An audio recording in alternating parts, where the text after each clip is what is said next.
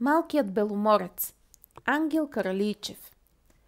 В Тракия, върху брега на Тихата Марица, се намира живописното село Войводене. То се гуши потънало в зелената шума на овощните дървета, а край него се ширят просторни житни ниви и ниски хълмове засадени с лозя. В той село подир войните се настани бежанецът Костадин Вълков с жена си и малкото си момче Влади. Костадин Вълков пристигна от Беломорския бряг. В своя роден край той ловеше риба с мрежа, караше я на пазара в близкия град и с печелените пари хранеше семейството си. Когато лоши хора потопиха лодката му и отнеха дървената му вехта къща край брега, злочестият рибар натовари покъшнината си на една каруца, впрегна единствения си кон, прости се с земята, дето се беше родил, и потегли на север. Сгушени в каруцата под чергилото стояха Влади и майка му. Майката хълцаше, а Влади гълташе сълзите си. Беше есен, когато минаха границата. Тракийци тък му бяха превършили вършитбата. Гроздето зрееше по хълмовете, а над жълтите просени ниви връбчетата налитаха на орляци. Бежанецът спря каруцата пред старата запустяла воденица край Войводене, разпрегна коня и стовари покъшнината си на полянката. Запретнаха се и тримата, преградиха една стаечка под стряхата на воденицата, измазаха я и се наредиха. Тръгна рибарят Костадин отново да лови риба по Марица. Влади се записа в селското училище, запозна се с новите си другарчета и те го обикнаха, защото беше весело и смело момче.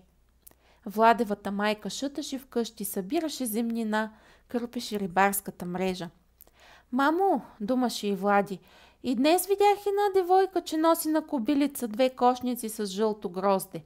Много ми се яде грозде, ние кога ще имаме? Потрай, чедо, отвръщаше майката. Тези дни, когато баща ти тръгне на пазар да продава риба, ти му заръчай да ти купи едно гроздче. Заваляха поройни есенни дъждове. Марица препълни бреговете си и нейните мътни води повлякоха надоле дървета, жълти тикви, цели копи с сено. Забоча като градоносен облак.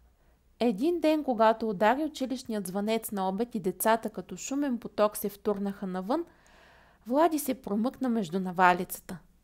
Той бързаше да се прибере вкъщи и да помогне на майка си, която плетеше нова мрежа.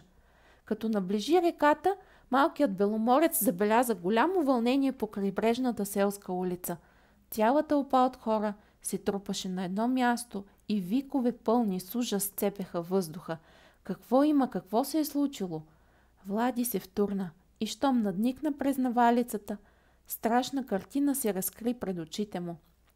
Сред широката река, повлечена от бурното течение, се давеше едно малко дете. Никой не смееше да се хвърли в мътната дълбока вода, за да го спаси. Нещастното паднало детето потъваше, ту се показваше отново, а край него плаваше кълпачето му.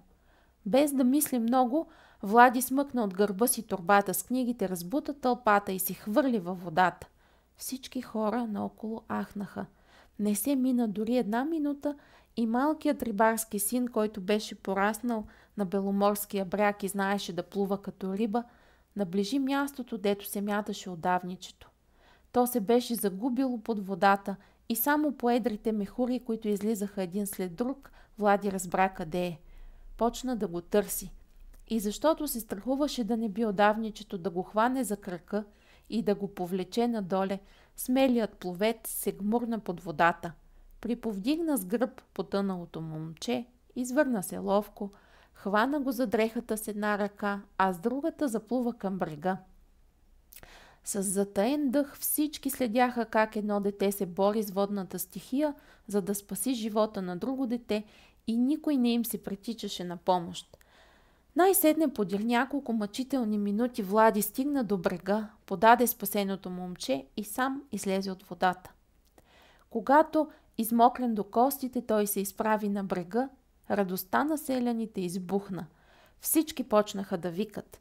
Мъжете го тупаха по рамото, жените го прегръщаха и целуваха по челото. Старците му думаха юначина. Няколко опитни стари жени се заеха с отдавничето, почнаха да го разтриват чевръсто, раздвижиха ръцете и нозете му. Детето повърна по гълнатата вода и отвори очи.